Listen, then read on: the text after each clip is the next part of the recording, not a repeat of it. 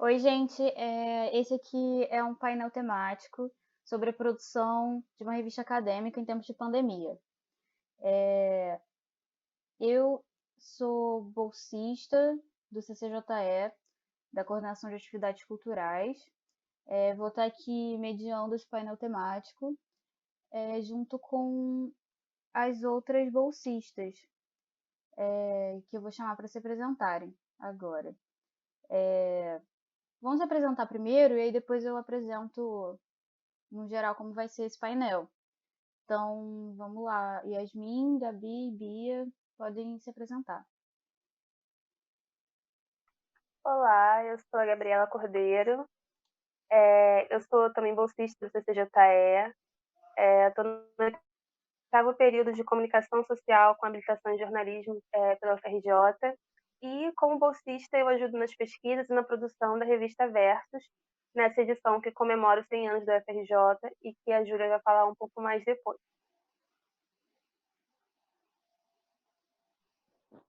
Olá, eu sou a Beatriz Braga. Eu também estudo na Escola de Comunicação Social, mas a minha habilitação em Publicidade e Propaganda. Eu estou agora começando o meu oitavo período, que não começou, na verdade, o período por conta mesmo da pandemia. Eu sou bolsista, mas eu sou de design, então eu estou trabalhando com o projeto gráfico da revista e também com a diagramação e também fazendo algumas outras coisas institucionais para o Instituto. Mas, de forma geral, está sendo um trabalho bem legal, bem interessante de pesquisa, de muito aprendizado também com as meninas. E é basicamente isso.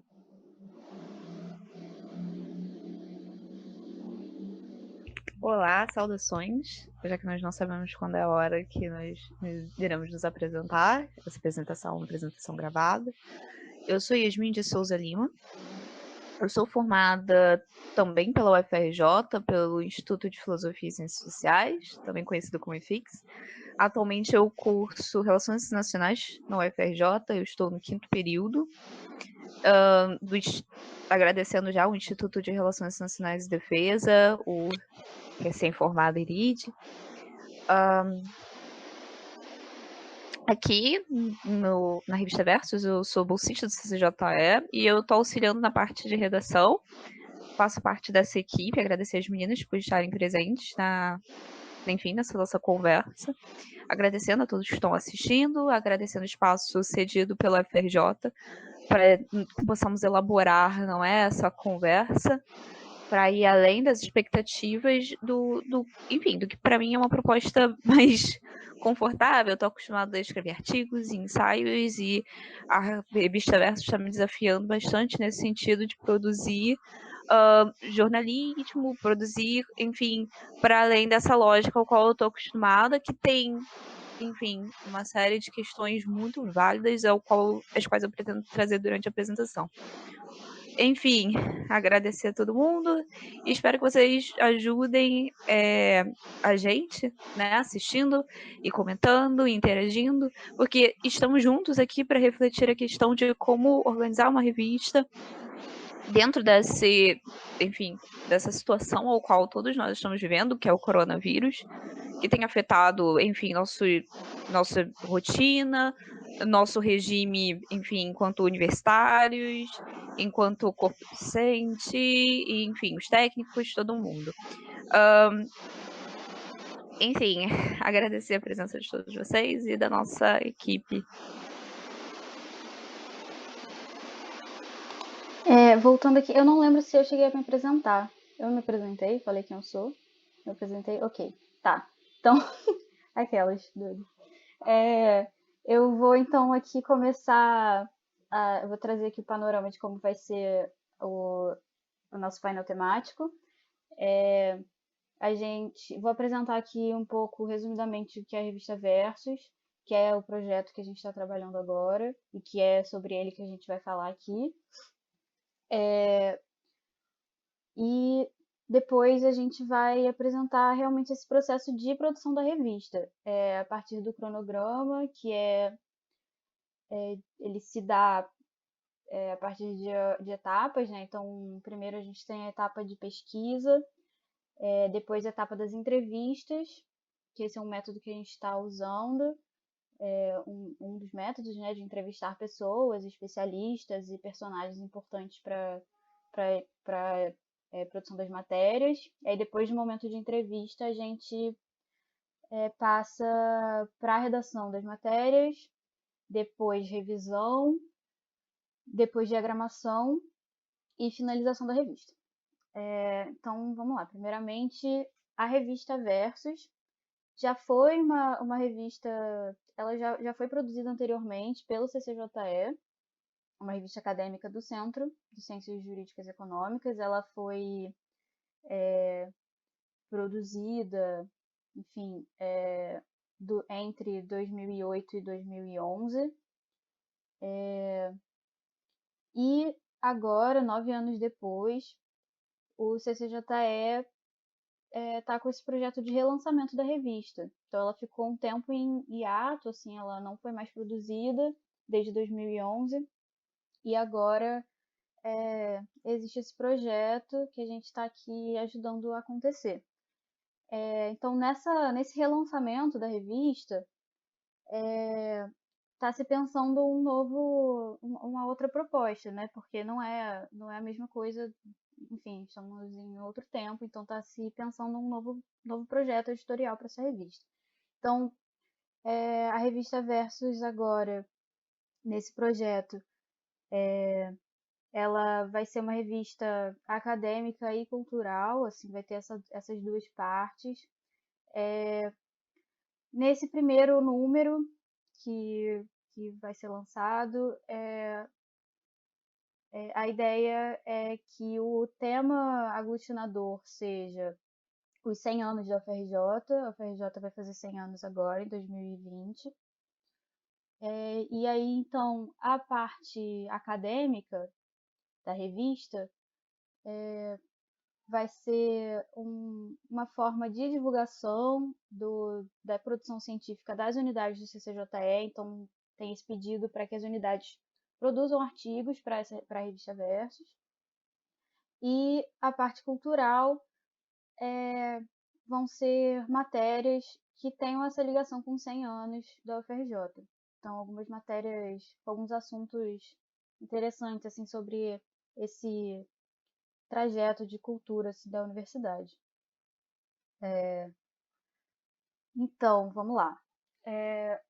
Organizando aqui nosso painel, a gente vai tentar apresentar um pouco dessas etapas. A gente, no momento, está na etapa de entrevistas, então a gente ainda está, né, no meio desse cronograma.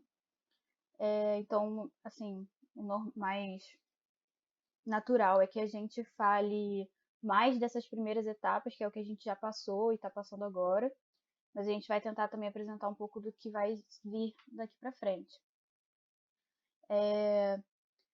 Então, acho que eu já vou chamar a Yasmin para começar a falar um pouco disso. Assim, a gente vai começar então falando da etapa de pesquisa, que é a nossa primeira etapa do cronograma da revista. E, bom, acho que por enquanto é isso. Se faltou alguma coisa, eu volto depois para falar. Mas vamos lá, Yasmin pode começar a falar um pouco da experiência dela nessa etapa de pesquisa para a revista Versus. Bom, primeiramente eu vou apresentar o meu lugar de fala nessa experiência, não é? Como eu já tinha falado, eu sou cientista social, internacionalista, e esse meu olhar, ele acaba, enfim, sendo tocante durante a produção.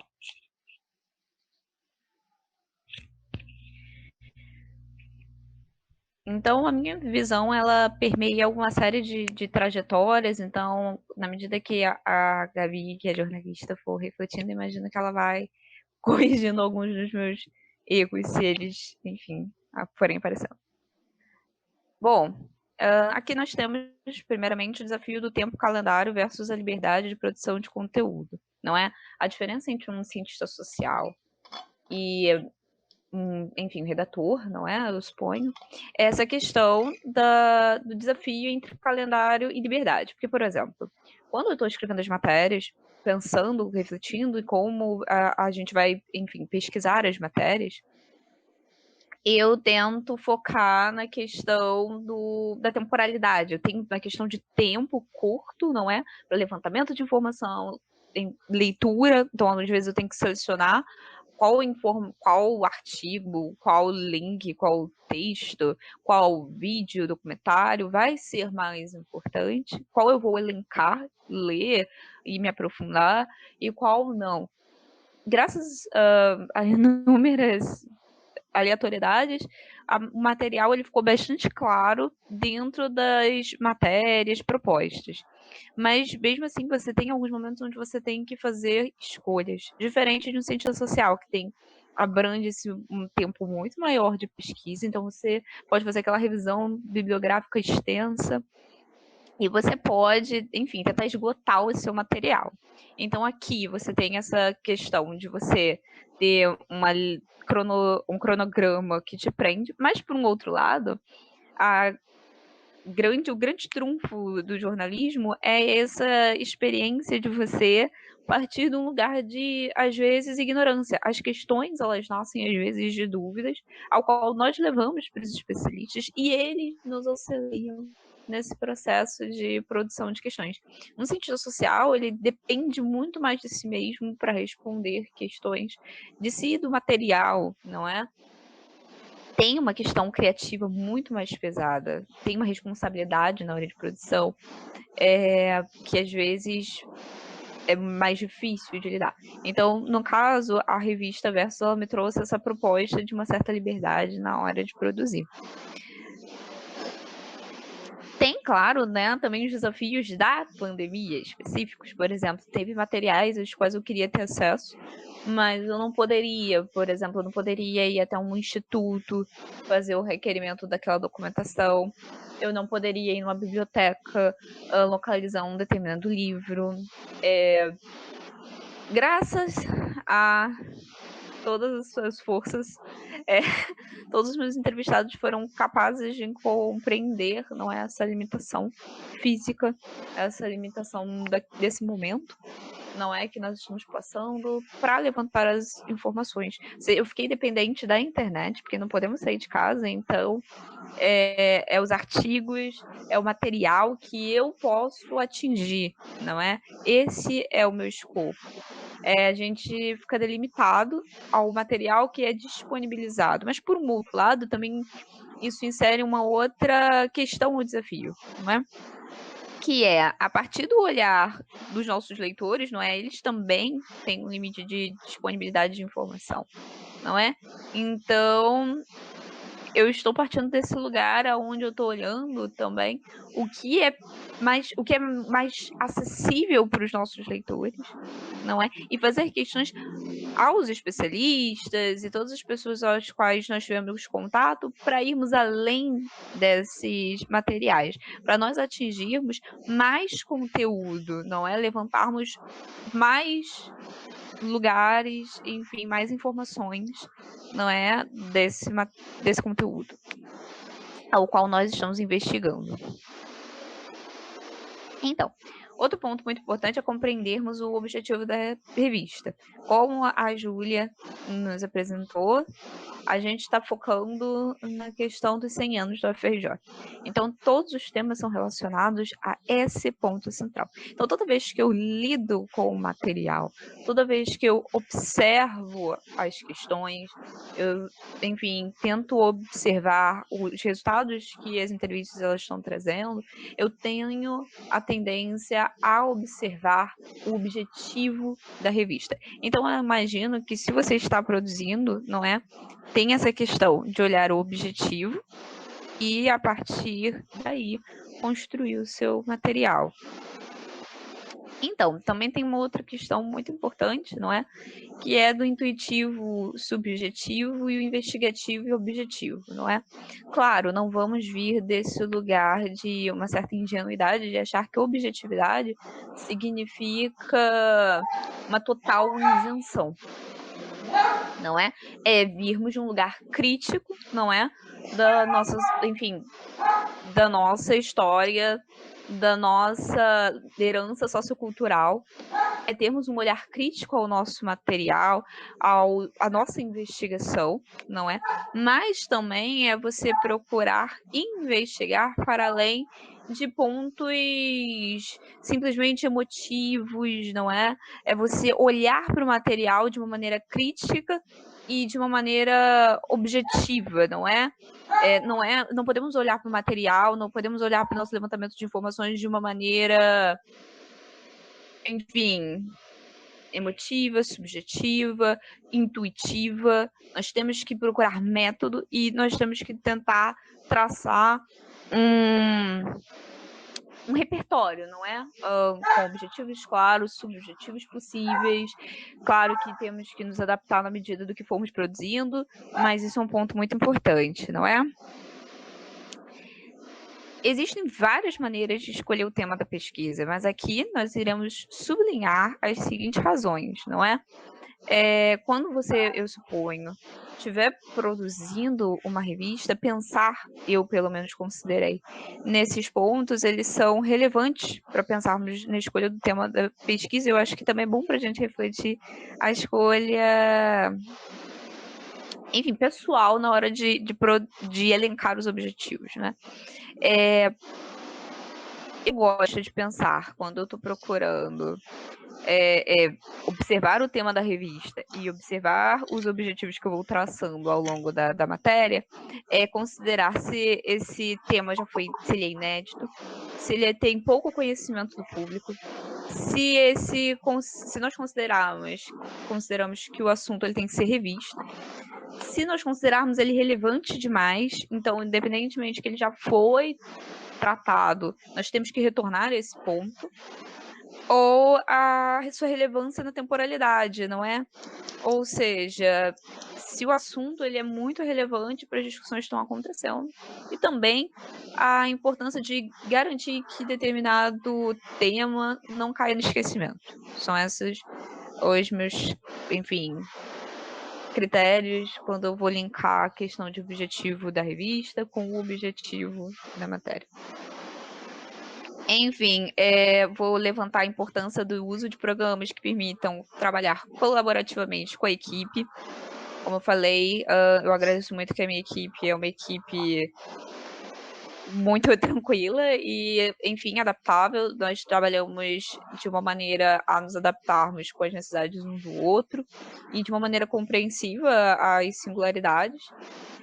Nós estamos ultimamente utilizando o pacote do Google, nós usamos o Google Drive, o Docs, não é? Que ele permite uma escrita colaborativa, permite edição conjunta, permite comentários e caixas de conversas. Nós usamos o Meet, que é o que nós estamos usando agora. Nós usamos o Hangout. Enfim, todo o pacote do Google está sendo extensivamente utilizado para que nós mantenhamos próximos uns dos outros e que a gente mantenha um certo contato na hora de produzir o nosso material, que reflita enfim, um todo, não é? Mesmo que eu fiquei responsável por uma coisa e, enfim, outros membros fiquem responsáveis por outra coisa, que haja um certo contínuo na hora da produção, não é? Agora vamos tratar sobre como pesquisar e levantar as informações. Como eu falei, a gente tem uma questão de... Enfim, a realidade, ela se sobrepõe a nós nesse momento de pandemia. Então, eu não posso ir em lugares físicos. Muitos deles não estão abertos, não é? É um risco, atualmente, tê-los abertos à nossa sociedade. Então, existe a limitação do espaço online, não é? Aquilo que for disponível para mim, não é? Eu tento acessar da melhor maneira. Eu gostaria de apontar a todo mundo, não é que todo mundo que tem acesso ao Siga, não é? Se você logar no Siga, na lateral, do lado direito, para mim, não sei, pode ser de esquerda para vocês, tem um símbolo do Periódicos, não é? Ele é bastante colorido. E se você clicar nele, você vai para CAPES, e ali você tem um acesso muito vasto a materiais aos quais, enfim, normalmente você não teria acesso. Não é? Vários desses sites com materiais que estão protegidos por, enfim, às vezes proteção pelaquela editora, às vezes pela universidade, não é? Paywall, o famoso paywall. Você, às vezes, a UFRJ, ela libera esse material pra gente, então façam uso dessa estrutura, não é? Informem aos seus colegas, ela ajuda muito. O Academia Edu, pouco utilizado, mas é muito bom. É quase uma rede social de material. Você pode seguir os seus professores favoritos e ver o que eles estão lendo. Então ajuda bastante. E, claro, o clássico, o Google Scholar, mas, enfim, acho que todo mundo faz uso dele. E, enfim, da onde eu posso extrair boa parte da minha informação, mas, como eu falei, a revista ela traz para mim, especificamente, um desafio muito grande, que é ir para além disso. Às vezes, então, eu uso links de blogs e tal, para levantar questões, não é? Já que essas informações elas estão disponíveis ao público, a questão é, qual é a veracidade dessa informação? Qual é... Enfim, como podemos comprová-la? É você pegar essas informações do senso comum e você colocar elas nesse campo de questões, não é? É você levar para os especialistas a fim de auxiliar o seu público, não é? Com o material que ele tem acesso com maior facilidade e você, enfim, verificar. Eu acho que é um grande ponto do profissional quando ele lida com comunicações, eu imagino. É você fazer esse link, fechar esse gap, não é? Entre a informação disponível ao grande público, mas que às vezes não foi corretamente analisada, acurada. Então, assim, você fica nesse limbo e você leva para esses especialistas, você leva para esse lugar de revisão de bibliografia e você põe essas informações em questão. Então, né, classicamente como nós sabemos, quando a gente pensa em revisão bibliográfica, a gente pensa no quem já escreveu e o que já foi publicado sobre o assunto, não é? Que aspectos já foram abordados e quais as lacunas existentes na literatura. Mas, como eu falei anteriormente, o papel de você produzir uma revista vai além disso. É você também levantar as informações que talvez elas estejam, não sei, erradas, ou talvez partam de um certo, enfim, erro às vezes algum desengano acontece. Então é sobre dar um cuidado ao seu material, é você dar um cuidado sobre a sua fonte, não é? Então, eu acho que esse é um papel muito importante do comunicador, porque ele que traz a informação para o seu público, uma informação, essa sim, já comprovada, essa sim, já colocada no seu lugar dentro da história, dentro de uma história social, política e econômica, ela já contextualizada, não é? E ela já comprovada, não é? Ela já colocada nesse lugar onde nós podemos, enfim, ter comprovações, não é? Um ponto importante, não é? Garantindo a qualidade da revisão da bibliografia, que garantimos um cuidado com relação à causalidade, não é? Causalidade. Ou seja, problematize e questione seu olhar, não é? É o clássico, mas a gente tem que tentar tomar sempre esse cuidado de pegar esse evento aconteceu por causa disso, pensar que tem múltiplas questões em jogo, enfim, então é importante quando a gente for elencar, não é? Não só o nosso material, não é? Mas também quem nós vamos entrevistar, que nós tenhamos um olhar multitemático, não é? A gente pense em diversas disciplinas e traga diversos olhares, não é? Para debater tematicamente. para mim, às vezes é um desafio, não é?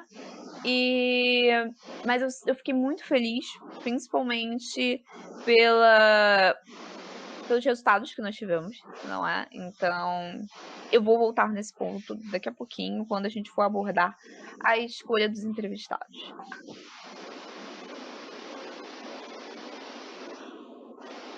Então, como eu falei, não é a diferença enfim, do como esperar produzir uma revisão bibliográfica versus a realidade do cronograma, é importante levarmos em consideração, tem esse diferencial. Você não vai conseguir atingir o fim enfim, você conseguir considerar que você fez uma revisão bibliográfica satisfatória, você não vai atingir esse ponto. Mas também, outra questão, né, do jornalismo é que, às vezes, o material que nós trabalhamos, muitas das vezes, a revisão bibliográfica, ela não vai atingir o seu ponto específico, não é? Então, a gente produz muito nas lacunas, muito mais nas lacunas, não é? Mas em casos onde tiver uma grande revisão bibliográfica, como sempre, foco no material recente, não é? Foco no material que se proponha a fazer essa revisão, que tenha um olhar historicista, para você também ter aquele panorama geral. E aí, a partir do panorama geral, você pode, enfim, traçar outras leituras. Você pode priorizar as leituras, não é?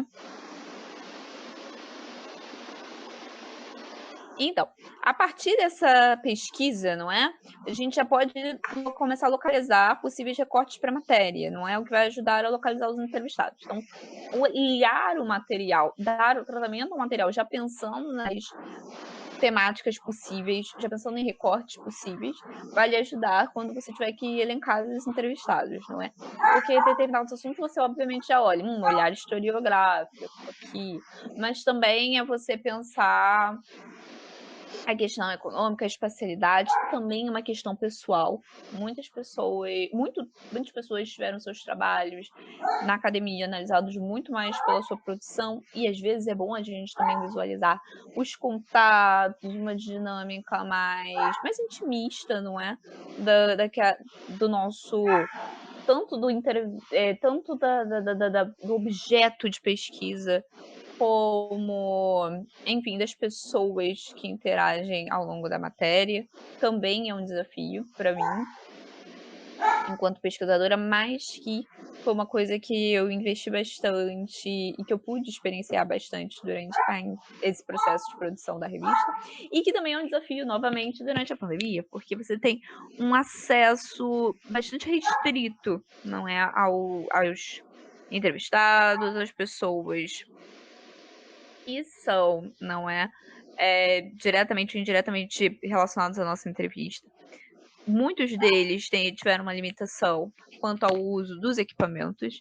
Muitas das pessoas de uma certa idade não têm o costume do uso dos equipamentos e elas não podem ter acesso a pessoas que auxiliem elas. Nós não podemos, a nossa mobilidade, enfim, enquanto pesquisadores, entrevistadores, tudo mais, bastante limitada. Nós não podemos ir até eles.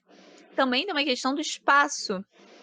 Quando entrevistamos, nós entramos na casa do outro de uma certa maneira. Então tem que ter uma certa dinâmica que para mim não era muito meu espaço comum, não é o meu lugar comum, não é? Você invade um pouco a rotina daquela pessoa. Então você tem que ter um certo respeito àquela intimidade dos entrevistados, das pessoas que participam da matéria, inclusive a nossa equipe. Então, é uma dinâmica que o coronavírus nos trouxe, aonde a gente tem que aprender também a respeitar o tempo do outro, o espaço do outro, e tentar também produzir, não é? É um desafio produzir em si, não é? E avançar a produção dentro de um cronograma, com todas essas questões trazidas, elas são um desafio em si. De como localizar os entrevistados, não é?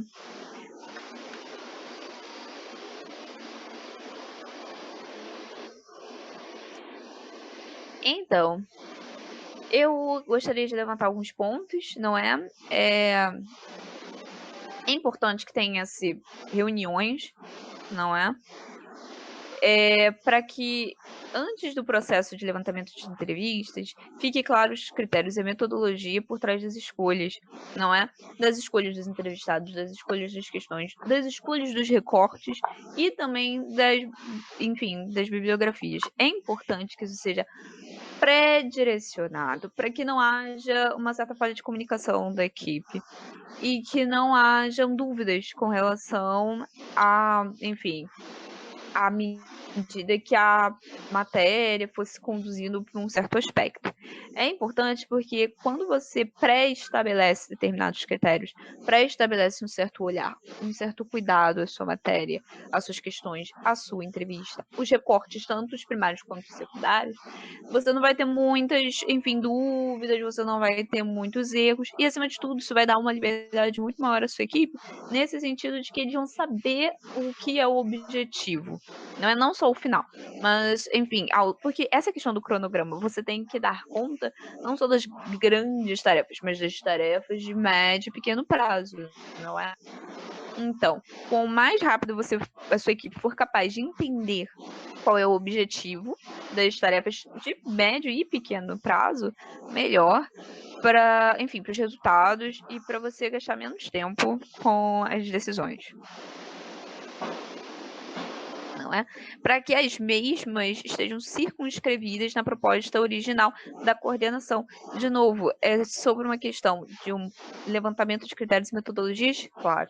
A clareza num período de coronavírus ainda você tem que redobrá-la, porque num ambiente, online, num ambiente que temos uma certa limitação da quantidade de tempo que a gente vai passar uns com os outros enquanto equipe, pela questão da, você tá no seu ambiente privado, não é? Existe um certo constrangimento, existe uma dinâmica completamente diferente ao qual nós estamos acostumados. Então é importante, quanto mais rápido você for capaz de determinar as coisas e, desenhar, não é, os objetivos, melhor os resultados. Eu utilizei bastante a técnica de snowball. O que não surpreende muito porque é a ideia de localizar os entrevistados a partir dos entrevistados. No primeiro momento, eu elenquei alguns entrevistados. Estas primeiras pessoas não consideraram que elas poderiam dar a melhor o melhor resultado para a entrevista e me indicaram outras pessoas, não é? E pessoas das quais, compartilharam, trabalharam com a gente, foram entrevistados, não é? Colaboraram com a nossa revista, elas indicaram outros entrevistados, não é?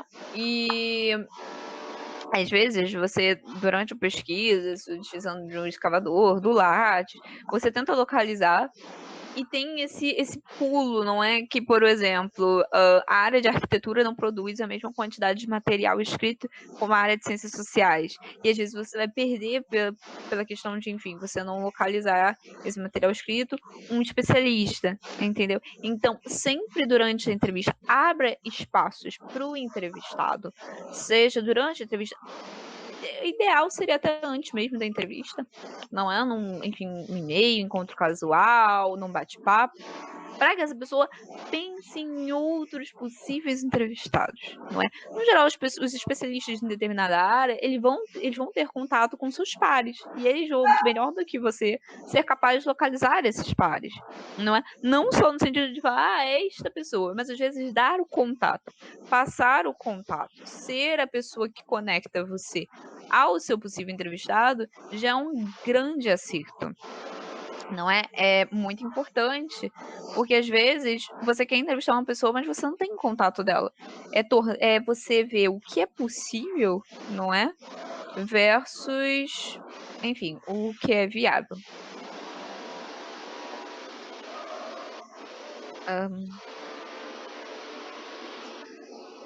Possíveis respostas, né? Como se adequar às necessidades dos entrevistados. Algumas etiquetas e entendendo as interações entre pesquisador e pesquisa. Bom, como eu falei, o grande desafio aqui do coronavírus é a questão da espacialidade. A espacialidade digital, não é? Todo a parafernália que é você... Para os mais jovens, que já tem que já nascem nesse espaço digital, que já tem uma fluência digital, é muito mais fácil. Então, assim, para minha equipe temática isso é fácil, mas quando vamos entrevistar pessoas, há dúvidas, há questões, você tem que se preparar para estruturar o outro, para auxiliar o outro, passar um conforto. Tem, como eu falei, a questão de que estamos, de uma certa maneira, invadindo o espaço pessoal do outro. Às vezes entramos na casa do outro, vivenciamos a rotina dos entrevistados, sejam especialistas, sejam pessoas com uma vivência direta com o evento. Então, assim, nós temos que nos adaptar, seja pelo mecanismo que vamos nos utilizar, então para a entrevista, seja pela forma, pela estrutura das questões. Às vezes você faz uma entrevista mais estruturada. Eu, no geral, escolhi a estrutura semi-aberta, mas você faz uma questão semi-estruturada e às vezes você tem que indicar uma mais restrita, não é? Para você confirmar determinadas informações. Às vezes, principalmente as questões finais, eu tento deixar um pouco aberta para que nessa dinâmica o entrevistado, ele possa colaborar mais com possíveis, enfim, recortes que eu não tenha identificado durante a produção. Então, assim, pensar em tornar um entrevistado o mais confortável possível e tentar controlar o máximo possível não só o espaço digital a partir de uma fluência enfim, que a gente considera que a minha geração possua, mas também controlar o meu espaço físico. Quero dizer, eu tenho que tentar controlar o máximo possível que ninguém invada, não sei, o espaço físico que eu tenha escolhido na casa, não é? Para causar um mínimo de interrupções durante o material, enfim, que nós estejamos gravando. Das possíveis respostas, né? A gente tem que se adequar às necessidades do entrevistado, como eu falei, não é? E aí vem a grande questão do como produzir as questões, não é? Importante, clássico, o pré-teste das questões. Isso, no geral, a nossa edição faz, de revisar as nossas questões, ver como elas são, se elas atingem o objetivo desejado. Às vezes você, então, fica naquele questão onde você manda para revisão, volta da revisão, você tenta justificar sua linha de raciocínio, e aí fica, ou às vezes não fica. É muito bom quando às vezes você retira uma questão e o entrevistado traz a questão. Eu acho assim, é a melhor coisa quando eu penso, porque isso é um outro ponto, tá? Quando você vai fazer as questões, você faz muito mais do que vai para a entrevista. Até porque você tem uma limitação de tempo, não é? Você não pode ficar com o seu entrevistado para sempre. Então você elenca as questões, você fala, algumas vão sair porque ficaram confusas, porque não passaram pela pré-seleção, e às vezes o entrevistado traz a questão, e aí você fica emocionado, porque estamos pensando juntos, eu estou compreendendo o assunto.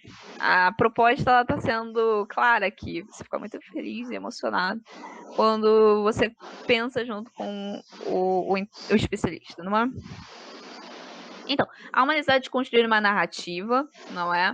É uma questão de produção de linearidade para ajudar o raciocínio, por um lado, do entrevistado, mas é bom, às vezes, você, enfim, retornar às questões, não é? Na medida que você vai fluindo a entrevista, porque às vezes eles se contradizem, às vezes eles lembram de outras coisas durante a entrevista, então tem que ter uma certa sensibilidade para você notar, não é? Durante a construção das revistas, qual é o objetivo, não é?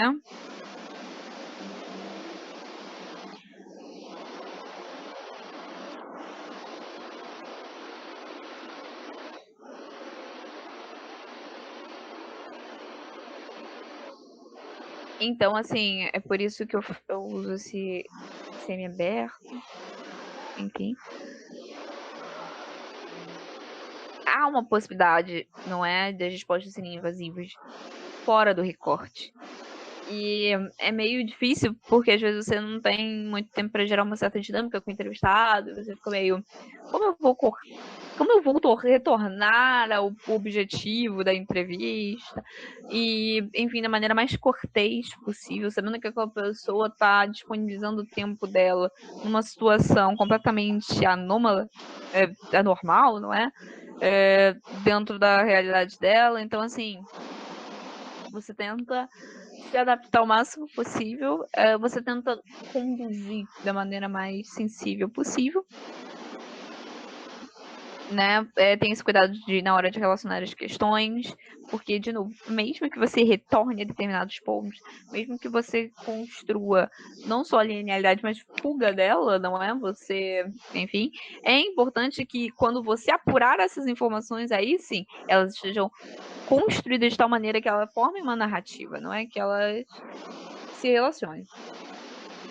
Não é bom que você levante quem tem aquela informação, porque às vezes a fonte, enfim, enquanto material físico ela existe, é bom saber onde ela está, mesmo que a gente não tenha acesso a ela, porque outros investigadores, cientistas, jornalistas podem retornar ao tema, o que é uma contribuição, não é? Cuidado com a densidade das questões, para, enfim, você numa mesma questão fazer 1 bilhão de questões. Tente fazer uma questão mais limpa possível, até porque se estamos na pandemia e se temos todas essas questões estruturais, às vezes você não vai ter como explicar muito bem ao seu entrevistado aquela questão. Então, uma questão mais simples, de 2 linhas, mais direta, às vezes elas são melhores. Mas também não estou descartando uma questão um pouco maior se elas auxiliarem no sentido de construir um contexto, né, para auxiliar o entrevistado a localizar a questão, não é, dentro do seu contexto. Se houver a necessidade de utilizar conceitos, não é, enfim, às vezes é importante, não é?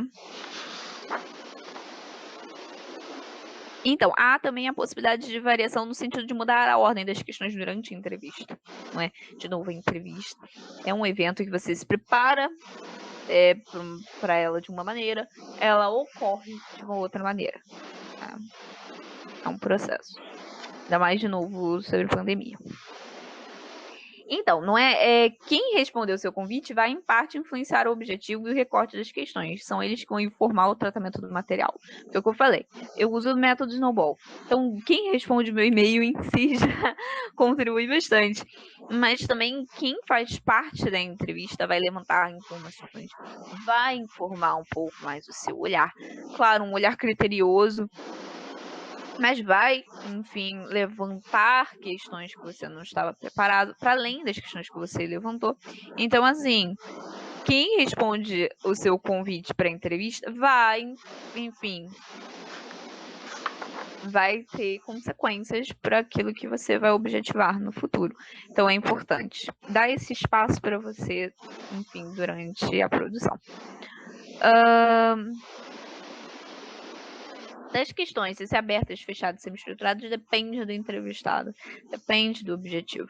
É o que eu falei, no meu caso, eu, no geral, entrevistei especialistas, então eu pude fazer mais voltados a um semi-aberto, não é? Algumas raras vezes fechados, mas no geral bem semi-aberto, porque eu gosto que eles me informem outros lugares aos quais eu possa acessar informações, não é? Porque agora, nesse momento que ficamos tão dependentes da internet, às vezes eu tenho, enfim, fui aconselhada a utilizar sites, alguns recursos que eu não estava acostumada. Então, essa contribuição, ela é muito, muito importante. Até porque muitos sistemas, às vezes o IFAM foi um grande exemplo, não é? Eu não sabia que tinha essa proporção tão grande e é um espaço que, enfim, eu não tinha costume, achava que era mais um site no sentido institucional, mas não, tem muito material lá, muitos recursos, bem interessante. Enfim, não por fim, as matérias, elas são como sonhos, e os sonhos, eles têm pernas, né? Então, não crie muitas expectativas e uma grande emoção sobre as suas matérias, o seu projeto, porque, a fim e ao cabo, ele é colaborativo. E você vai ver que, diretamente ou indiretamente, muitas pessoas vão influenciá-lo, vão colocar alguma coisa que você não tinha pré-estabelecido. Claro, sempre tem durante a produção acadêmica, não é? Já levando isso para o lado de enquanto cientista social, que nós levantamos uma hipótese e às vezes os desdobramentos vão nos forçando a rever as nossas ideias originais. Mas no caso do jornalismo, como eu falei, ele tem um certo espaço diferente. A gente não tem uma hipótese, a gente traça possíveis questões, a gente traça possíveis objetivos de questões, não é? E ela também não é um espaço assim tão claro de justificativa. Às vezes faz perguntas porque você está objetivando pensar em questões que talvez não sejam tão claras, não é? Então tem todo esse espaço, uma certa liberdade de produção, mas também é aquilo. Liberdade não vai significar que você está nessa jornada sozinho. Até porque você tem um objetivo muito claro na hora da produção, que é o seu leitor, não é? Então você não produz para os seus pares, você produz acima de tudo para quem você lê, que vai ler, né? E claro, a nossa equipe editorial. Então, enfim, no final é a equipe editorial que vai tomar determinadas decisões e o seu público que vai ler o seu material, que vai se apropriar das informações. Então, o que você tem que objetivar é que ele seja claro para que esse consumo das informações seja o melhor possível. Não é? Algumas considerações finais é que às vezes determinados temas você não vai achar um material específico, então você tem que fazer o clássico, né? Leituras que levem para conceitos, leitura que levem para eventos similares, para aí você traçar padrões, modelos, a fim de atender as expectativas do projeto, não é?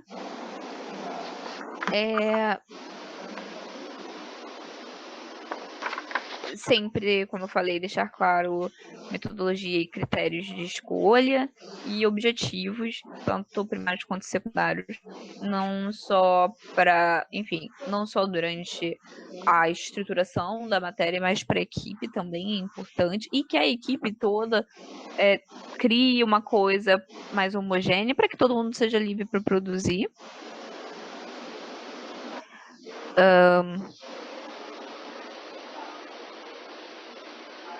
Enfim, como eu falei, a importância de traçar diretrizes objetivas, não é? E que aí não deixa, enfim, não deixa ninguém dependente de uma certa subjetividade que pode levar a alguma espécie de erro ou algum tipo de engano. Outro ponto que eu sempre gosto enquanto, enfim, escritora no geral, é pesquisar, traçar, perseguir os pontos fora da curva, ou que é o que no geral chama atenção na matéria.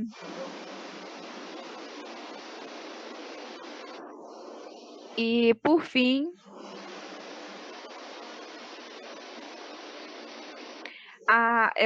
enfim, vou finalizar com esse pensamento da importância da condição de feedback, não é, da colaboratividade, que, enfim, é o maior desafio da pandemia, mas que é o cerne, o coração, enfim, da revista e de produzir para a revista, não é?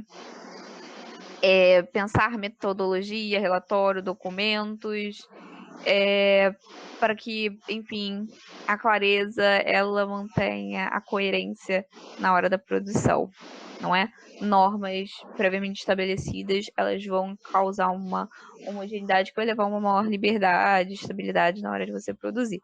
Enfim, gostaria de agradecer pelo convite, gostaria de agradecer ao UFRJ por estar criando esse projeto, não é? Tão importante para, enfim, nós levantarmos todos esses pontos, para produzir esse debate, para nos conectar mesmo durante a pandemia, mesmo com essa situação. Temos os nossos desafios, mas o Festival do Conhecimento da UFRJ está, enfim, nos conectando dessa maneira especial. Vou passar a palavra para a Júlia, para poder apresentar o nosso próximo, enfim, membro da conversa. E agradecer a todo mundo. Obrigada. Muito obrigada, Yasmin, pela sua fala, por trazer sua experiência aqui para esse painel temático. Na sua fala eu fui pensando em várias coisas, assim, me fez pensar vários temas aqui que a gente pode voltar depois. Mas agora eu vou passar a palavra para a Gabi, para ela trazer as considerações dela. Pode falar, Gabi.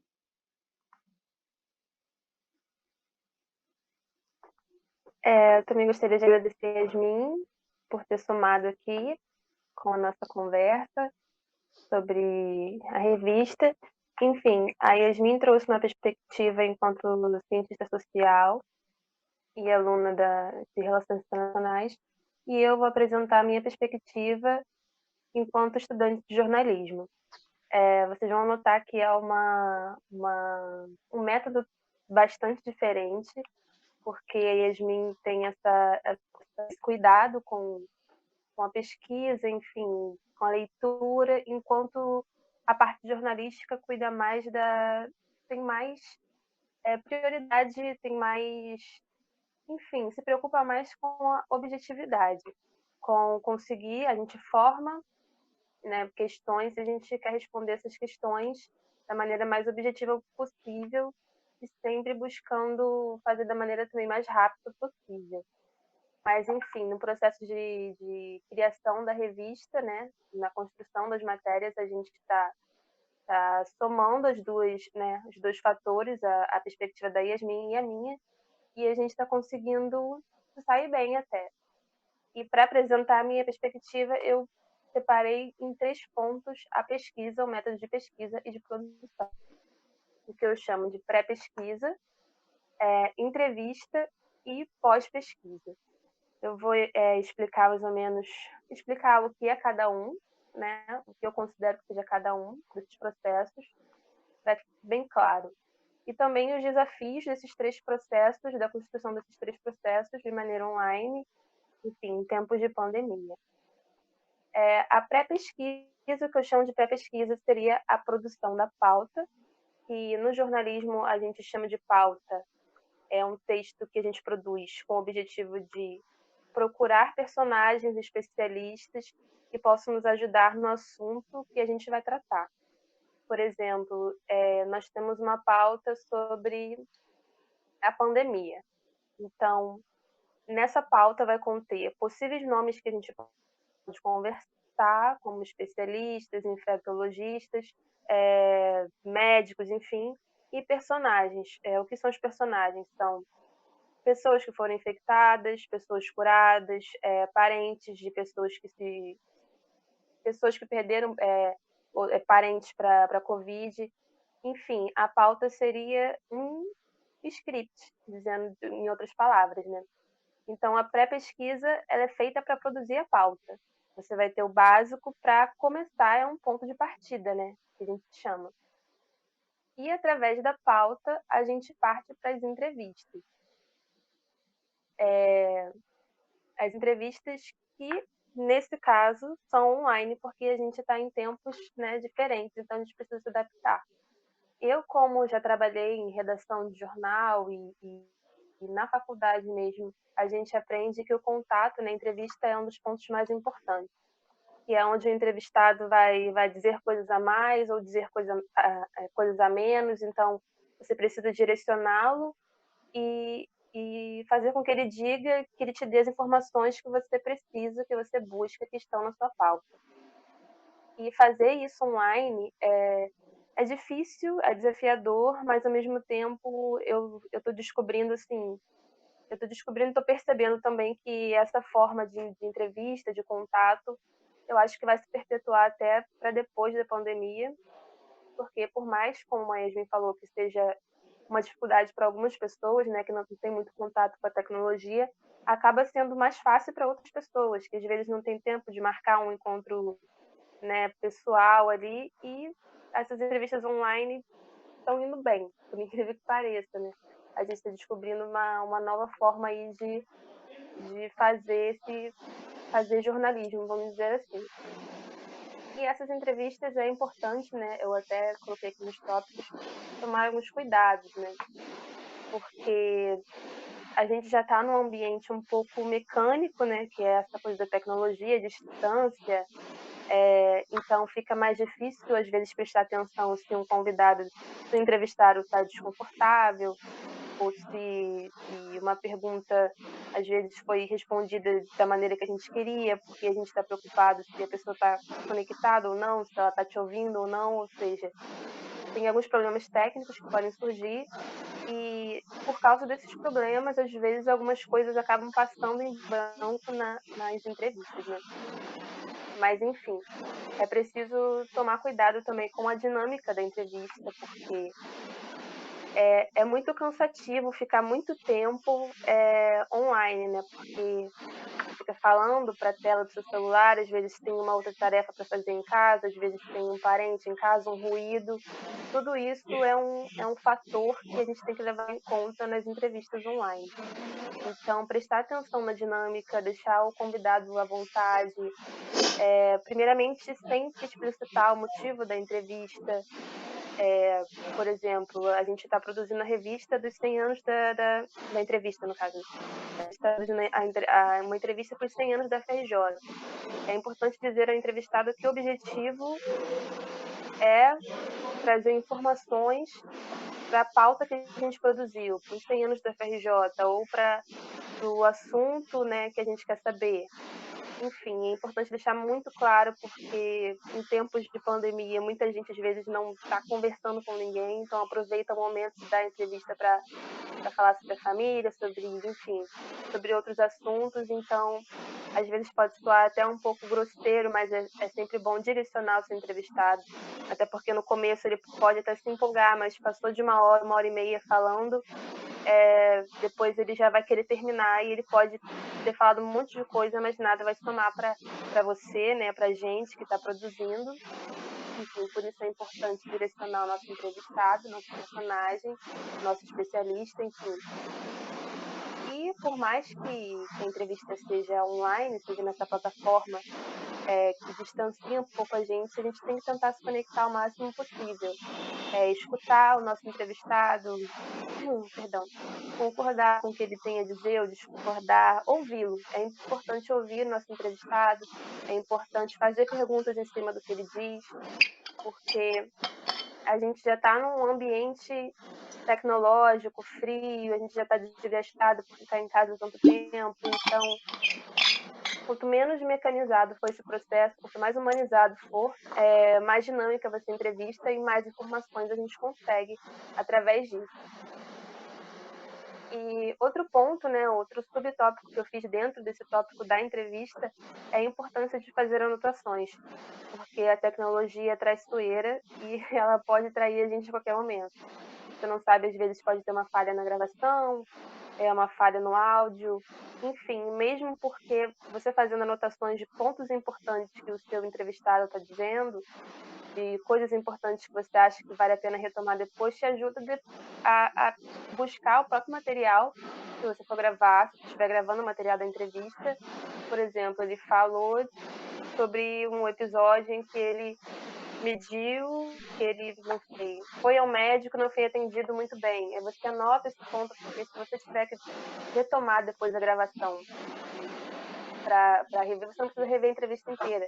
Você busca onde ele disse aquilo que você anotou e já começa por ali. Você ganha tempo, se cansa menos, né? Que é importante a gente trabalhar com bastante disposição, então vamos evitar a fadiga. E, enfim, é muito importante anotar. A Júlia mesmo tem um caso de uma entrevista que a gente fez e não gravou tudo, mas eu fiz anotações, ou seja, a Júlia pode até falar um pouco sobre isso, ela que é responsável pela gravação das nossas entrevistas e como às vezes podem surgir alguns problemas nesse processo.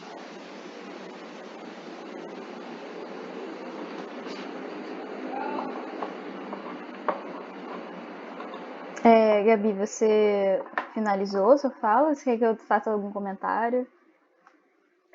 Não finalizei, é só uma observação, porque eu falei sobre os problemas que podem acontecer durante entrevistas gravadas e enfim, a gente teve um problema, é o exemplo perfeito, só para você incluir aqui. Sim. Eu vou passar para o próximo tópico depois. Tá, então, só fazendo um comentário sobre a fala da Gabi. A gente, é isso, né? A gente está lidando com uma ferramenta, com essa ferramenta digital, assim, e que traz muitas coisas, assim, positivas. A gente poder, por exemplo, falar com pessoas que estão em outro estado, assim, tipo, em vídeo, ver a cara delas, ou que estão em outro país, enfim.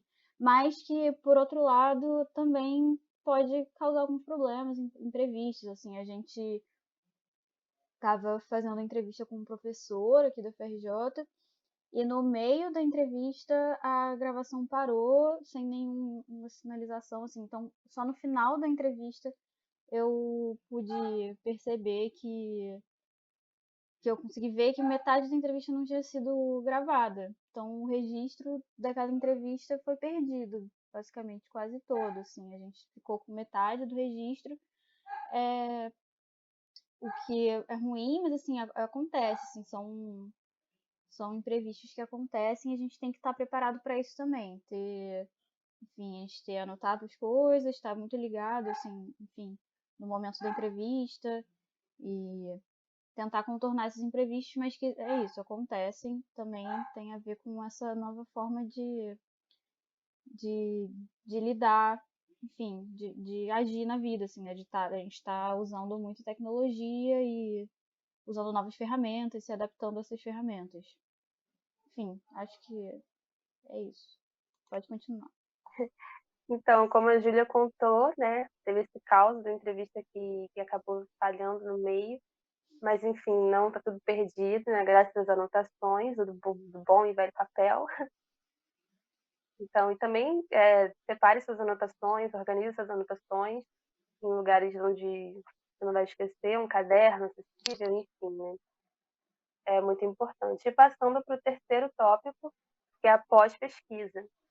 Essa pesquisa que acontece depois das entrevistas, porque durante as entrevistas a gente consegue mais informações. Os entrevistados normalmente vão citar datas, vão citar ocorridos, vão citar nomes, então é importante a pós-pesquisa para apurar essas informações.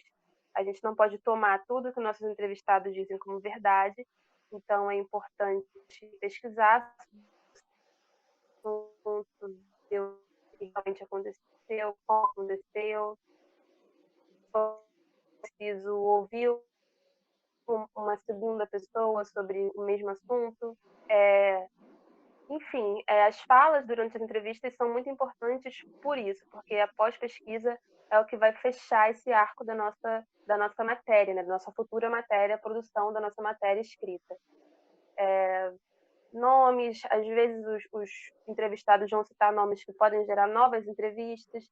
Enfim, é um círculo aí que a gente entra e de produção e que gera conteúdo e descobertas e, enfim, a gente acaba ganhando tempo, ganhando conteúdo, informação, e tudo isso a gente tem que pesquisar depois, tem que apurar depois, e o método que a gente usa de apuração nesse caso é ou conversando com novos especialistas, historiadores, para abrir novas perspectivas sobre o assunto, ou, como a Yasmin já citou, existem diversas plataformas, mesmo na UFRJ, documentos periódicos, artigos, onde a gente pode apurar informações, e a gente tem usado bastante, a gente tem descoberto bastante coisa, né, que antes a gente nem se preocupava tanto.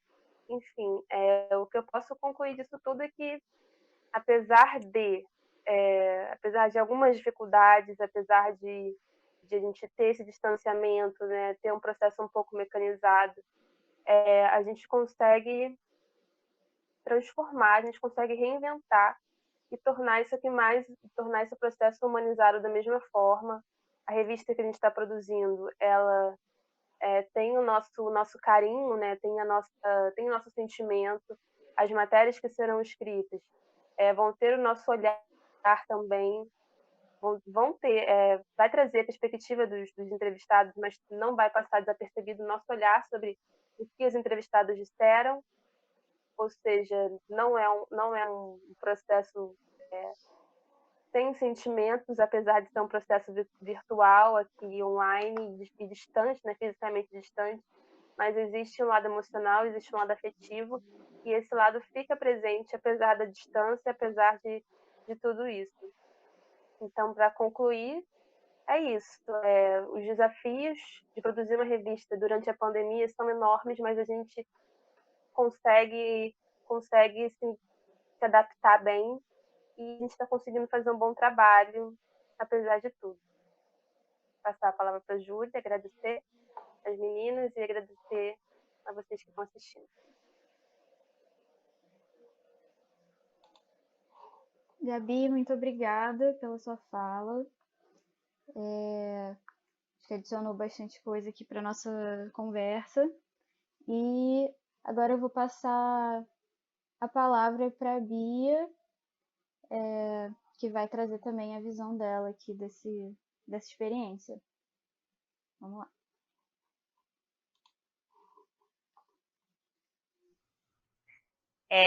Oi, gente, então só retornando um pouquinho.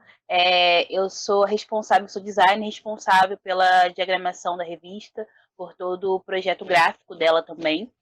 E as meninas falaram com relação à pesquisa e entrevistas, e o meu trabalho nesse momento é um trabalho que começou, mas não começou ao mesmo tempo, mas que é de extrema importância.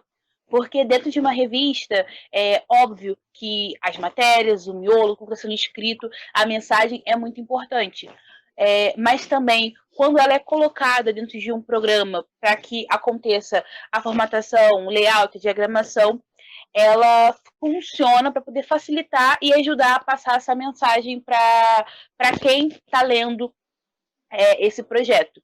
E, pessoalmente, para mim, tem sido muito, muito desafiante, porque, como estudante de publicidade, eu passei a maior parte da minha formação tanto dentro da faculdade quanto em estágio, em projetos externos, trabalhando muito com planejamento, com briefing, com produção audiovisual. Então, chegar nesse momento e ter que lidar com fazer essa parte de projeto gráfico está sendo muito instigante e desafiante, e tem dando estalos em mim sobre a importância sempre da gente se manter atualizado e pesquisando muito sobre a área. Então, se eu tivesse que falar um primeiro passo para poder conseguir fazer essa parte da revista, que é o projeto gráfico, seria sempre fazer pesquisa.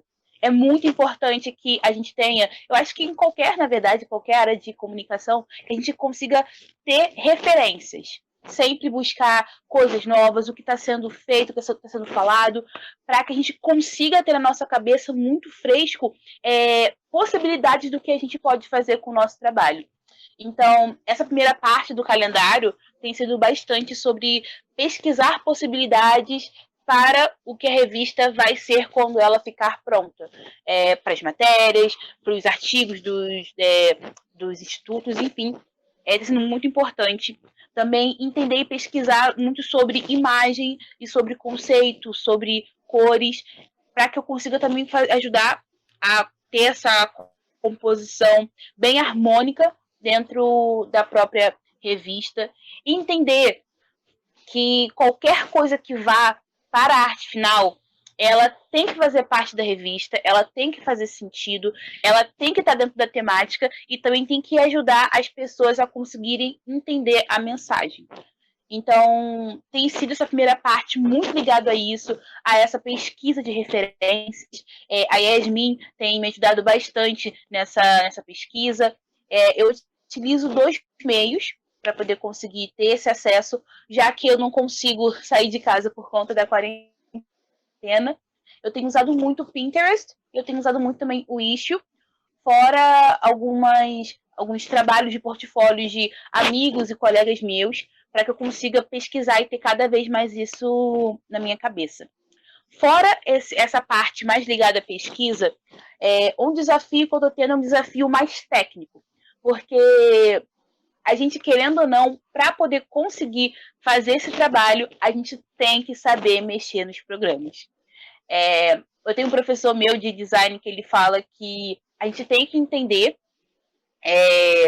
a imagem, porque não é só apertar botão, tem que fazer sentido. Então, esse professor, ele ensina a gente como lidar com essa produção gráfica dessa revista, mas, a priori, sempre ensinando essa parte do programa em si. No caso, eu tenho usado os programas do pacote Adobe, eu utilizo o InDesign, eu utilizo o Photoshop e eu utilizo o Illustrator, sempre com a supervisão e orientação da Val, que é a produtora cultural do CCJE, e também a editora executiva da Versus, que ela tem sido uma professora nessa caminhada junto de produção desse material, o que é muito importante, porque para quem está aprendendo, eu, a bolsista, a estudante, é muito, muito importante ter alguém que consiga guiar e dar uma luz para esse trabalho que está sendo feito. E, por fim, um desafio que a gente está tendo que lidar agora é que a Versus ela vai ser uma revista digital. Então, dentro dessa lógica de uma revista digital, o que a gente pode fazer para poder facilitar a vida do nosso público? Então, a gente tem conversado bastante sobre coisas que têm acontecido no mundo e pegar essas referências do que funciona e o que não funciona para poder conseguir entregar uma revista que ela seja acessível. Eu acho que é um ponto que a gente está lidando muito, que é muito importante. Acessível para as pessoas que, às vezes, uma revista física não consiga ser acessível daquela forma. Pensar também uma interatividade entre o leitor e como está sendo apresentada aquela revista. Então, pensar em sumários que tenham essa interatividade, pensar que coisas que possam facilitar eu quero voltar para o sumário, quero voltar para tal artigo, quero voltar para a capa. Também são pontos que são muito, muito importantes. E também pensar em artigos, em formatos que vão muito além do apenas o escrito. Será que funcionaria a gente, por exemplo, disponibilizar um trecho de uma entrevista que nós consideramos muito importante para determinada matéria ou coluna, ou disponibilizar um vídeo, talvez, e assim ir construindo a revista? Eu acho que é basicamente isso que eu tenho para poder falar, repetindo que tem sido um trabalho muito desafiador. Eu tenho saído muito da minha zona de conforto durante esse período em que eu estou como bolsista da Versus. Tenho aprendido muita coisa com a Val, com as meninas também, a Gabi, a Yasmin, a Júlia, que tem me dado muita luz também para poder conseguir entender o que cada matéria quer, o que cada pesquisa quer e o que é necessário passar com essa temática que é tão importante, que são 100 anos da nossa universidade. Então, agradeço pela palavra e retorno para a Júlia. Muito obrigada, Bia. Muito interessante mesmo essa parte de gravação, de referência de imagem e tal. Eu vou voltar aqui com umas perguntas. Eu vou fazer elas todas, tipo, algumas direcionadas, aí se vocês puderem anotar. Mas também eu posso voltar depois, se vocês quiserem que eu repita. Mas vamos lá. A primeira consideração que eu queria fazer é que nós somos uma equipe que não se conhece pessoalmente, assim, tipo, a Gabi e a Bia acho que já se conheciam da faculdade, mas assim, a gente como equipe, nosso contato é assim como a gente está tendo agora no painel, né? Essa é a forma como a gente se fala, né? Se comunica com as outras, assim. Então, essa é a nossa dinâmica de trabalho. Isso é muito novo, assim, diferente. É muito realmente desafiador e, tipo, a gente tem que se adaptar a isso, assim. Eu acho muito doido isso da nossa equipe ser totalmente online, assim, né? A gente está trabalhando junto há uns 2 meses, um pouco mais de 2 meses, eu acho, e a gente nunca se viu, assim, realmente, pessoalmente, só por vídeo. Se vocês quiserem comentar alguma coisa sobre isso. Mas, enfim, para todo mundo, para vocês todas, se tem algum desafio que o isolamento social. Eu vou passar todas as perguntas e aí depois eu abro para vocês. Se tem algum desafio que o isolamento tenha trazido, assim, algum desafio específico, alguma coisa específica que você tenha que ter se adaptado devido a essa nova dinâmica assim da vida. E se tem alguma história, assim, enfim, que você queira contar em relação a isso, de alguma coisa que tenha que ter sido feita assim muito diferente do que se pensou, porque, enfim, estamos nessa situação totalmente nova. E sobre o desafio de produzir uma revista em si, assim, se você já tinha tido essa experiência, tipo, de produzir uma revista acadêmica e nesse formato, enfim, o que isso está trazendo para você como, enfim, experiência e aprendizado. O que mais que eu ia falar aqui?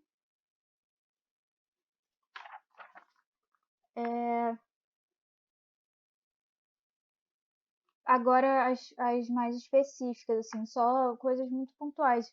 Eu queria só perguntar para Yasmin o que é exatamente a técnica do snowball, assim, tipo, como uma definição, só para eu pegar, assim, porque eu não sei se eu peguei muito bem. E para Bia, eu sei que você já falou sobre a acessibilidade da revista, mas você tem algum plano, você já tem planos assim de acessibilidade, assim, de ideias sobre coisas a trazer para a revista em relação à acessibilidade, mesmo que, sei lá, talvez não possa se concretizar, porque teremos que ver daqui para frente quais vão ser o que o que a gente vai poder fazer, né? Até onde a gente pode ir e tal, a partir dos nossos recursos. Mas se você já tem planos sobre isso. E, bom, acho que é isso. Eu vou fazer então ao contrário. A Bia responde, depois a Gabi, depois a Yasmin. Pode ser? E se vocês quiserem que eu repita alguma pergunta, vocês podem falar também. Você quer que eu responda individual primeiro? Ou pode Não ser faz. a. Não faz? Tá Como bom. você preferir. Então eu vou falar um pouco mais sobre acessibilidade, que foi a pergunta da Júlia mais específica. Então, porque na verdade, quando eu entreguei a proposta para a equipe da Versus, era uma proposta muito mais de transformar algumas partes da revista em como se fosse audiobooks. E aí, enfim, podcasts, de forma que as pessoas pudessem não somente ler, mas também escutar aquilo que estava escrito, de forma adaptada, é claro, visando toda a nossa realidade hoje de mundo que pré-pandemia e acredito que pós-pandemia, que é um mundo que a gente é muito agitado, às vezes a gente não tem tempo de parar para poder ler uma revista ou ler um livro e ter esse material guardado com a gente de forma de áudio. Eu posso colocar no ouvido, eu posso ir para o trabalho escutando, eu posso fazer alguma atividade, enfim, tendo acesso a esse conteúdo. Então é uma forma de conseguir chegar a mais pessoas e estar adaptado a essa realidade. Quando eu apresentei essa proposta, a Yasmin levantou um ponto muito importante, que era falar sobre a acessibilidade. Não somente a questão do áudio, mas que a gente poderia trabalhar de outras formas. E dentro desse projeto, eu fiquei muito intrigada com relação a isso e comecei a pesquisar bastante sobre o que isso queria dizer. Junto com a Val, a gente pesquisou algumas coisas e a gente está entrando em contato com a UFRJ, que ela tem um setor que cuida especificamente disso, para que qualquer coisa que a gente faça seja de acordo com as normas que a UFRJ ela coloca para a gente, para poder conseguir produzir esse material. Também tem entrado em contato com professores de instituições como o INES, professores de instituições que lidam com essa produção e adaptação de um material que é um material que pra gente, a gente usa de forma normal, entre muitas e muitas aspas, para adaptação para uma pessoa que tem necessidades especiais. Então, ainda está sendo uma pesquisa nesse momento das nossas possibilidades, daquilo que a gente pode fazer, aquilo que a gente não pode fazer, até porque adaptar esse material é uma coisa que é muito, muito cara. Para vocês terem uma noção, às vezes, você transformar um livro e passar para braille custa mais de R$ 500, às vezes o livro tem só 14 páginas. Então, é um desafio muito complicado, mas que eu tenho certeza que com nossos contatos e pesquisa a gente vai conseguir colocar ele para frente. Com relação ao desafio para poder eu conseguir me adaptar, eu acho que como o meu trabalho é muito mais ligado a design e eu utilizo muito programas de computador, pacote da Adobe, o desafio que eu mais tenho enfrentado nesse momento é a busca por imagens, por fotografias, registros fotográficos de forma geral, porque é um trabalho que é da nossa equipe, mas eu tenho pesquisado bastante coisa sobre isso, e como muita coisa tem a ver com os senos da UFRJ, tem muito registro que eu não consigo achar na internet. Então, se necessário, eu ir até a biblioteca procurar, ou até os institutos procurar esse material, e eu estou sendo impedida de fazer isso, apenas conseguindo fazer de formato digitalmente falando. Então, aquilo que não tem na internet, que não tem em acervos digitais, a gente fica sem. Então, a gente acaba ficando meio que no escuro com relação a essa parte, que é muito, muito importante para a revista. E por último, a Júlia perguntou com relação a se eu tive alguma experiência fazendo uma revista. Na verdade, eu tive 2 experiências. A primeira foi quando eu entrei no UFRJ, que tinha aula de linguagem gráfica da professora Andréia, que aula maravilhosa, inclusive. Só que eu não fiquei exatamente na equipe da revista. Eu fiquei na equipe de propaganda. Então, a gente tinha que fazer propagandas baseadas no briefing que as revistas, que tinham diversas temáticas, que a equipe das revistas dava pra gente. Então, esse foi um primeiro contato, mas ele foi um contato meio distante. E o segundo contato foi fazendo esse curso de design gráfico, quando a gente estava dando um InDesign, que é o programa de diagramação, que o trabalho final era fazer uma revista sobre a gente. Então eu tinha 2 desafios: autoconhecimento e fazer uma revista. Foi um caos, mas eu consegui entender como é que funciona, que não é possível, nunca será possível fazer uma matéria em uma semana, mesmo sobre você mesma, mesmo você convivendo com você 24 horas por dia. Que não é possível você diagramar uma revista na noite anterior, não tem como, porque é um trabalho que é muito extenso, demanda muito tempo como eu falei, de pesquisa, de entendimento, de você saber colocar as coisas e testando aquilo que funciona e que não funciona. Então foram basicamente essas 2 experiências que eu tive anteriores. Obrigada, Bia. Vou passar para a Gabi agora. Só recapitulando aqui as 2 perguntas, o meu maior desafio nessa produção online, né? E como é produzir uma revista. Isso. Se você já tinha tido essa experiência produzindo uma revista acadêmica. Uhum. Falando sobre o meu maior desafio nessa produção, enfim, fazer parte de tudo isso, eu acho que para mim o maior desafio é essa coisa de trabalhar em casa. Eu nunca tinha tido essa experiência, né, como chamam de home office, que nada mais é do que trabalhar em casa, enfim. Eu nunca tinha tido essa experiência, para mim é difícil me policiar com horários, organização. Eu fico um pouco perdida, porque às vezes uma reunião, uma entrevista acaba acontecendo mais cedo, reunião de tarde, e isso é tudo muito novo para mim. E às vezes a gente fica 3 horas, enfim, online, e tem essa dinâmica de você ter que colocar o seu celular ou notebook para carregar antes, ou manter ele carregado, pequenas coisas que que fazem toda a diferença, sabe? Então, meu maior desafio é conseguir me organizar para essa produção. Às vezes mandar um e-mail acaba passando desapercebido porque surge outra tarefa por cima. Enfim, é uma questão de organização mesmo. É uma coisa que eu tenho dificuldade já na vida normal, né? Agora com essa nova dinâmica parece que tudo fica mais intenso. Então essa questão da organização eu tenho bastante dificuldade. E, enfim, eu tenho até um caderno que eu anoto as coisas, mas eu anoto um caderno que estava todo limpo, eu comprei para esse semestre, mas eu anoto no começo, no meio, do fim do caderno, e quando eu vou procurar uma coisa eu tenho que procurar em cada canto. Ou seja, fica aí um aprendizado, né? Vamos nos organizar. E estou descobrindo também novas formas, né, de organização, como a plataforma do Trello, que a gente usa para organizar as produções, né, da revista, as entrevistas que estão por fazer, os e-mails que tem que mandar. Enfim, estou aprendendo, esse é meu maior desafio, mas eu estou aprendendo e está sendo bem, assim, está acrescentando bastante na minha formação. E como eu produzi uma revista online, né? Assim como a Bia, eu também produzi uma revista no primeiro semestre da faculdade, mas era uma revista física, né?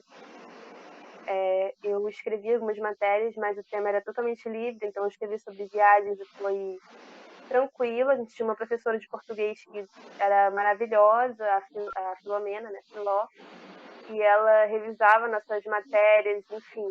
Era aquela coisa, né? A gente era calouro, então aprendendo, professor carinhoso e tranquilo. E produzir uma revista online é, assim, surreal, sabe?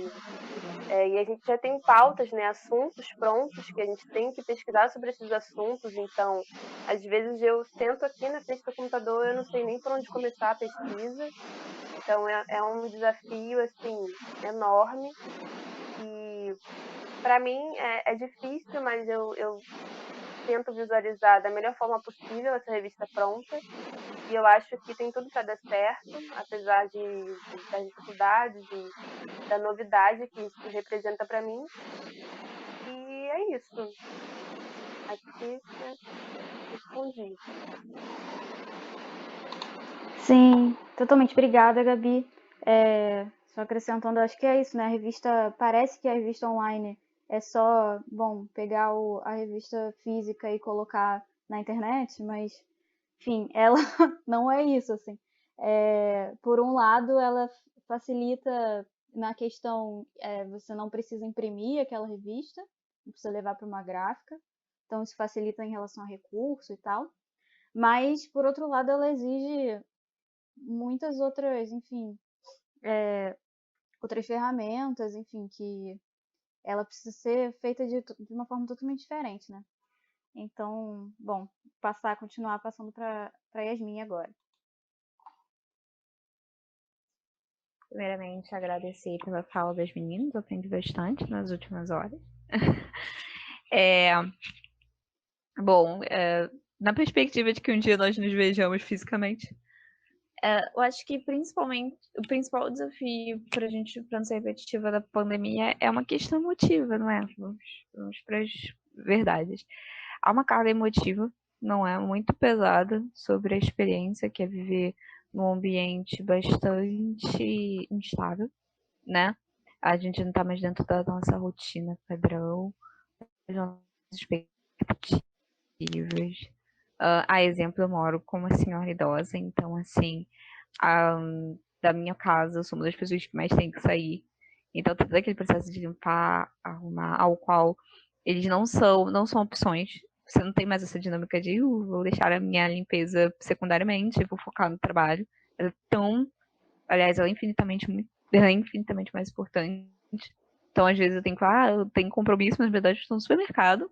E depois limpando cada verdura, cada legume, enfim, cada peça que você compra. E é fundamental, porque você tem que consumir aqueles produtos, senão sua saúde pode ficar debilitada. Então, assim, às vezes, isso é uma organização, uma estrutura muito grande. E é importante a gente falar isso, gente, porque eu falei anteriormente, o campo do privado e o campo do público, ele basicamente foi reduzido a quase nada. É com uma parede enfim, muito fina e as pessoas elas acabam, enfim, vivendo um pouco a sua experiência e é bom a gente colocar isso pra gente não ficar nesse lugar onde, enfim, só eu tô passando por essa experiência, é uma experiência, eu imagino, comum. Então, a gente tem que se adaptar a isso e a gente tem que organizar o nosso cronograma levando em consideração ambas as situações. E, de novo, como você está nesse espaço do doméstico e do público ao mesmo tempo, então, às vezes, as pessoas do campo privado, elas querem falar com você, elas querem participar e coexistir. Então, tem toda uma questão de espaço. Eu sou muito grata, não é pelo meu lugar no mundo, no sentido de que eu posso ainda ter espaços mais. Enfim, imagina as pessoas que moram em casas menores, mais pessoas. Então, assim, é colocar um pouco a questão da realidade dentro da possibilidade. Determinadas pessoas não têm opção de falar. Enfim, criança pequena não tem como controlar determinadas situações e determinadas experiências. Então, cabe a nós nos adaptarmos, deixar a pessoa mais confortável possível. Há um pouco às vezes, vergonha nas pessoas de colocar a realidade delas. Então, acho que é importante, o ambiente de trabalho agora está dando esse espaço para as pessoas falarem: ó, eu estou nessa situação e tal. E também é uma questão de comunidade, não é? Eu penso que a UFJ é uma comunidade e a gente está nessa situação esperando que a UFJ sempre olhe para a sua comunidade dessa maneira, com um olhar sensível às suas necessidades físicas, econômicas e emotivas, não é? Não adianta a gente retornar e ignorar essas necessidades, as quais, enfim, todos nós temos, sobre essa situação de insegurança. Muitas pessoas perderam entes queridos, então a produção ela não é a mesma, não é a mesma qualidade. E essa sensação de insegurança, de instabilidade emocional, quer dizer, você pode vir a perder um ente querido, não é? Isso já coloca a vida num outro panorama, e a gente vive no Rio de Janeiro, então assim, é uma questão que já era né, já era uma realidade, enfim, no nosso subconsciente, agora ela está bem diretamente, enfim, afetando as nossas vidas. Agora, com relação à técnica, enfim, espero que eu tenha respondido a pergunta o suficiente nesse sentido. Não é porque eu acho que, quando se trata de produção, acho que eu elaborei bastante, então vou ficar nesse espírito. E com relação à questão do método Snowball, a gente chama na parte de metodologia, pelo menos nas ciências sociais, a técnica de você perguntar ao entrevistado se ele conhece alguém, se ele pode indicar uma outra pessoa. Porque, no geral, pensa, as pessoas elas vivem em N comunidades. Não estou falando só da comunidade científica, estou falando da comunidade no geral. Se eu quero pesquisar, enfim, pessoas que, por exemplo, têm problemas dermatológicos, no geral, elas têm um grupo do Facebook ao qual elas falam com pessoas que têm o mesmo problema, pessoas que sobreviveram a traumas, pessoas que, enfim, o ambiente, as pessoas acabam procurando os seus pares, não é? Então, elas, no geral, vivem perto de comunidades aos quais, enfim, comunidades imaginadas, no caso, aos quais elas podem indicar para você pessoas que, enfim, que atendam às suas necessidades, independente da área. Tudo bem que, no geral, é que eu estava trabalhando com a área acadêmica, e aí tem aquela questão dos pares e tudo mais. Mas a técnica do snowball é isso, porque, basicamente, quando a gente pensa na bola de neve, ela não vai crescendo na medida que ela vai rodando. Então, na medida que você vai, enfim, tendo contato com pessoas, elas vão indicando outras pessoas, você vai atingir, enfim, um maior número de entrevistados. É nesse sentido. Espero que eu tenha respondido tudo, Júlia, e obrigada pelo convite. Respondeu sim, muito obrigada, Yasmin. Bom, vou então fazer as últimas considerações e fechar nossa conversa. Primeira coisa, eu queria falar, bom, que as nossas entrevistas estão acontecendo assim, só uma observação. Eu não sei se ficou claro, mas assim, a forma como a gente está falando com as pessoas é assim, pela videoconferência. Então, é um pouco a forma como a gente está se apresentando aqui é também a forma como a gente está fazendo o nosso trabalho no dia a dia também. A gente está conversando com os nossos entrevistados nesse formato. Então, queria só adicionar essa observação e falar que... Calma aí, deixa eu ver onde que eu falo. Que, bom, um pouco sobre a minha atividade, basicamente é o registro do que a gente faz, assim, então é uma produção de memória também do nosso processo, e falar que essa atividade em si também faz parte um pouco da minha atividade, né? Que esse painel temático também é uma forma da gente estar produzindo memória sobre a nossa atividade aqui nesse projeto da Revista Versus. Então, ao mesmo tempo que a gente está produzindo memória, é uma memória que fala também sobre a nossa reflexão sobre o que a gente está fazendo. Então, esse é o momento que a gente parou para pensar sobre o que a gente está produzindo esses últimos meses para poder apresentar aqui nesse vídeo. Então, dizer que esse vídeo também tem um pouco, enfim, dessa essência do que é a minha atividade nesse projeto, fazendo o registro da memória e das coisas que a gente produz aqui. Enfim, eu achei que foi uma oportunidade ótima, assim, para a gente poder pensar a nossa atividade aqui nessa bolsa, né? Tipo, nesse projeto da revista. Acho que foi uma oportunidade, assim, para reflexão do nosso trabalho, das nossas atividades.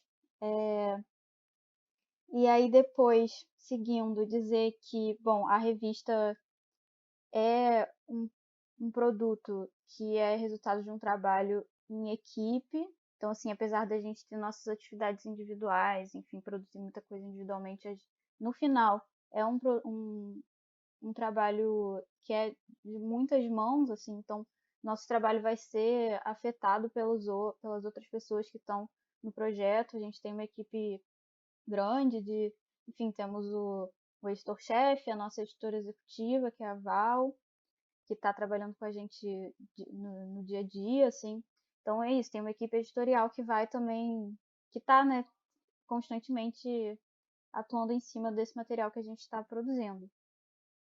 Então, agradecer essas pessoas também, agradecer a equipe editorial, agradecer enfim, a equipe do CCJE em si, que também dá esse suporte para a gente.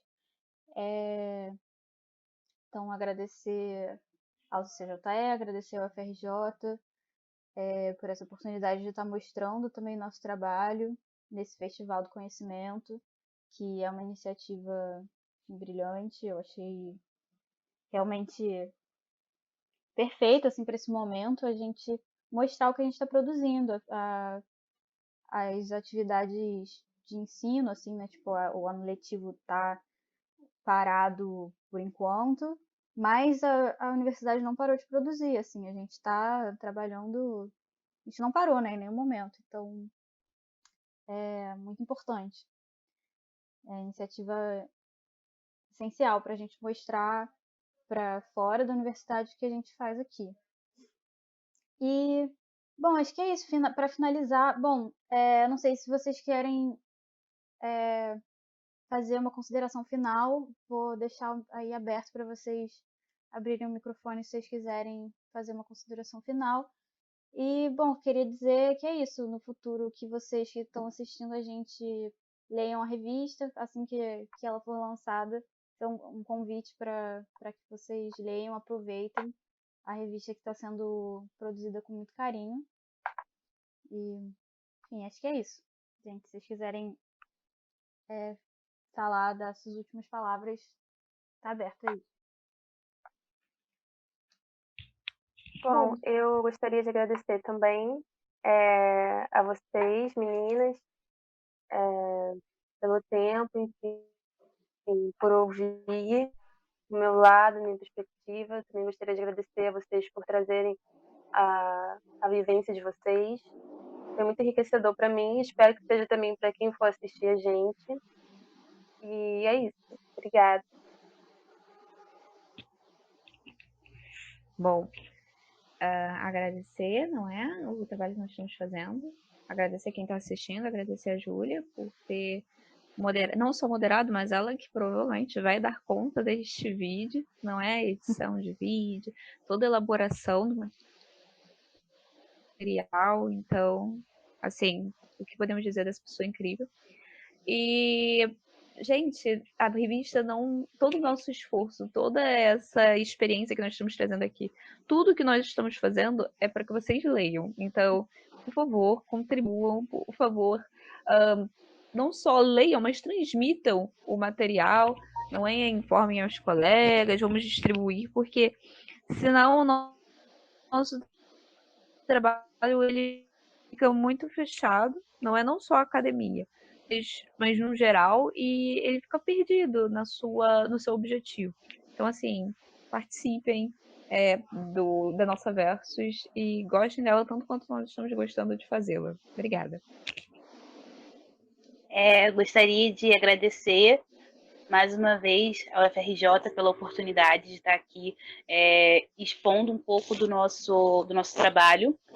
Agradecer muito, muito, muito as meninas, Yasmin, Gabi, Júlia, vocês são maravilhosas. Está sendo um prazer muito grande poder estar fazendo esse trabalho com vocês. Queria agradecer muito também por vocês conseguirem abrir todo o processo e método que vocês estão tendo, o trabalho que vocês estão tendo na revista. Não somente para mim, mas para todo mundo que está assistindo. Agradecer também as pessoas que se disponibilizaram para poder estar aqui, vendo um pouquinho do nosso trabalho, do nosso projeto. Torcer para que vocês também consigam colocar os trabalhos de vocês, de revista, de audiovisual para frente. E é isso. Muito obrigada. Então tá, vamos fechar